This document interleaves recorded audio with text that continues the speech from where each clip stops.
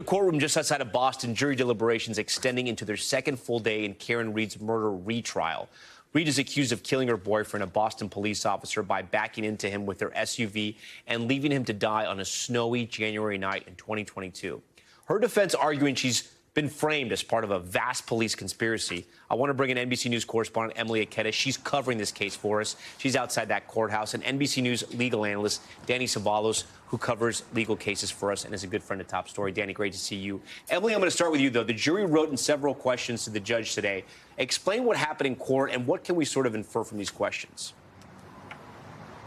Hey there, Tom. So no verdict yet, but we are starting to get some insight into where the jurors' heads are at based on some of the questions that they have been asking of the judge and inside the court today, appearing to really zero in on the second charge, manslaughter while operating a vehicle under the influence of alcohol, and even more specifically, the subcharge, the lesser charge of driving drunk or operating a vehicle under the influence of alcohol. So take a look at some of the questions that they submitted. What is the time frame for the OUI charge? Are video clips of Karen's interviews evidence? Does convicting guilty on a subcharge like drunk driving convict the overall charge? To which the judge made some alterations on the jury verdict slip. Another major moment from the day came when they sought clarification around what the meaning of a hung jury is. Take a look at this question, the fourth question of the day.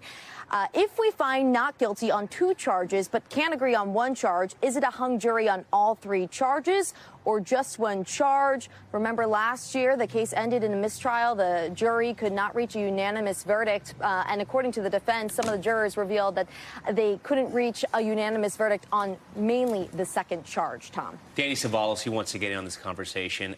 Danny, is this a positive sign for the defense team? Can we even say that? Oh, the danger of reading too much into jury questions. Yeah. It's an exercise in astrology because you really never know what they're thinking. And some of these questions are an outright surprise because, you know, can the video be considered evidence? Of course, that's why it was played. And if I'm the prosecution, I'm concerned because Karen Read's admissions and the damaging things she said in video is some of the prosecution's best evidence. If I'm the defense, I'm actually feeling very good about this because it tends to show, and again, this is just my thought, that they may be looking to convict on the OUI, essentially the DWI charge, and nothing else. And that would be consistent with the defense's theory that there was no collision, but there is a lot of evidence of intoxicated driving. Yeah, and then if this is a hung jury for the second time, will they try this a third time? Your question is interesting because it could be a hung jury on some of the charges and a conviction on others. And that's the even thornier question.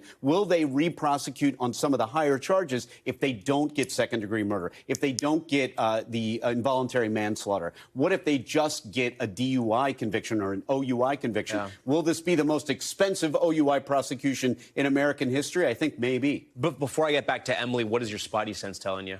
My spidey sense, again, I make predictions every time. I'm usually wrong. But I do think the jury here may end up hanging their hat on an OUI conviction. And I believe the defense may have created enough reasonable doubt that there was no collision. That being said, they could also convict on everything. Emilie, before we go, you know, we know that Karen has been very outspoken, defiant after most of the court days. How did she seem today?